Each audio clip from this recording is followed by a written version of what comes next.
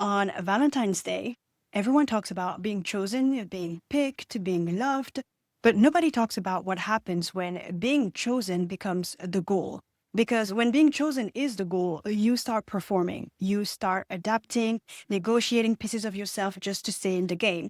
And that's where relationships don't just fail, they slowly erode your identity. Hi, my name is Aina. Welcome to this channel where we talk about real reinvention, identity shifts, mindset, money, structure, and becoming a more aligned version of ourselves. And today, we're talking about why being chosen is not the goal and how shifting that mindset completely changes the way that you experience love.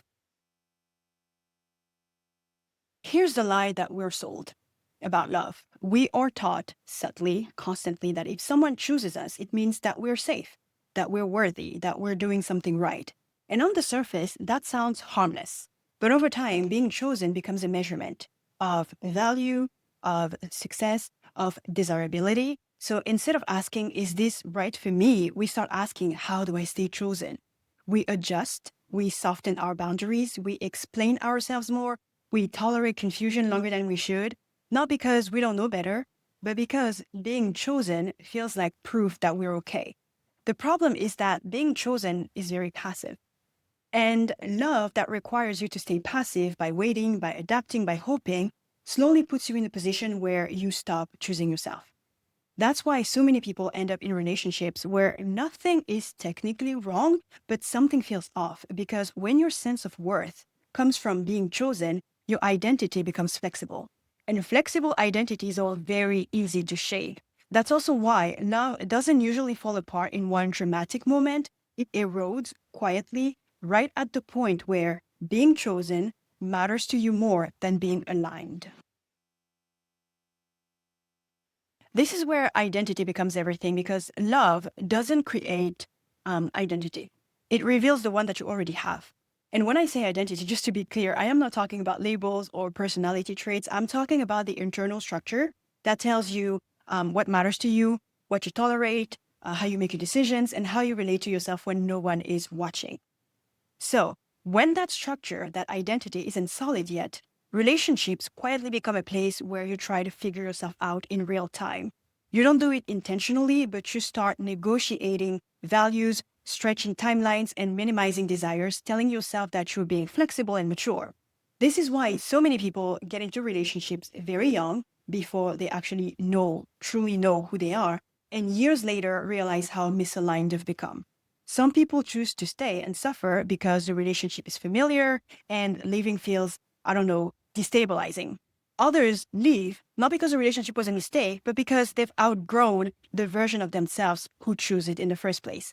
And when that growth is happening inside a relationship, it doesn't immediately feel like self-betrayal. It feels like evolution. Chemistry gets louder when identity is weak. Emotional intensity starts to feel like connection. Potential becomes more attractive than reality because without a strong internal anchor, love feels like direction.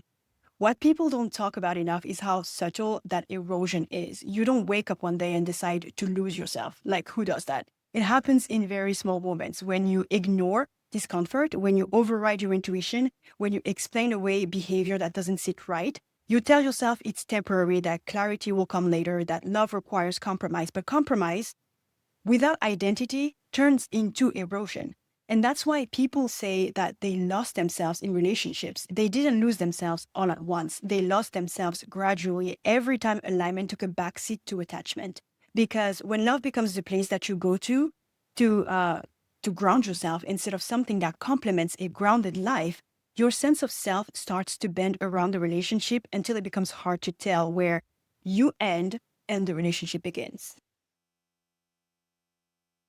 The biggest change comes when you stop wanting to be chosen and start learning how to choose for yourself. Once you feel secure in who you are, love is less about seeking approval and more about making thoughtful decisions. Instead of asking, do they like me? You start to wonder, do I like who I am when I'm with them? Before this change, love could feel like an audition. You might focus on every detail, the tone, the timing, the reactions. You might reread messages, hold back from speaking your truth. and worry that bringing up certain topics or concern could push the other person away.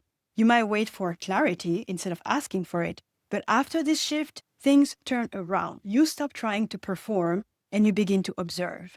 You notice how you feel after conversations. You pay attention to whether plans are clear and whether effort is steady. You don't rush into emotional closeness just to feel connected, and you don't feel the need to explain your needs over and over. Boundaries start to feel like helpful information, not barriers. You're not trying to earn a place in someone's life anymore.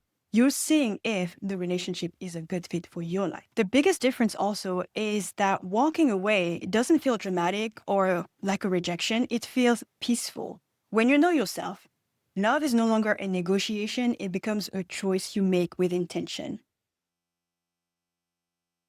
When this shift happens, relationships, they start to look very different in real life. You walk away faster, not because you're avoidant or emotionally available. I mean, you might be, but that's not the subject here, but because you're clear. You tolerate less ambiguity, inconsistency, and mixed signal because confusion is no longer romantic to you. You stop chasing reassurance and you start paying attention to behavior. I can say from experience that it's a huge difference when I compare my romantic life before and after I started affirming my identity. Before, relationships felt consuming, emotionally loud, and destabilizing, even when there was chemistry. Now they feel grounded, cleaner, less anxious. Guess what also? Relationship potential loses its appeal and reality becomes way more attractive. You notice when your nervous system is calm instead of like constantly activated, and you realize that peace isn't boring, it's stable, it's amazing. And love becomes less about intensity and more about sustainability. And that's usually the moment you realize that you're no longer dating from fear, but from self respect. And that is a beautiful place to be in. Ba-dum-bum-bum. Listen, I know that it feels good to be chosen, especially after you've put in the effort, you've grown, and want to share your life with someone. Still, being chosen isn't the real goal. Remember that. What truly changes things is choosing yourself first. This shift affects who can meet you at your level. And when you know who you are, love isn't something that you chase or bargain for.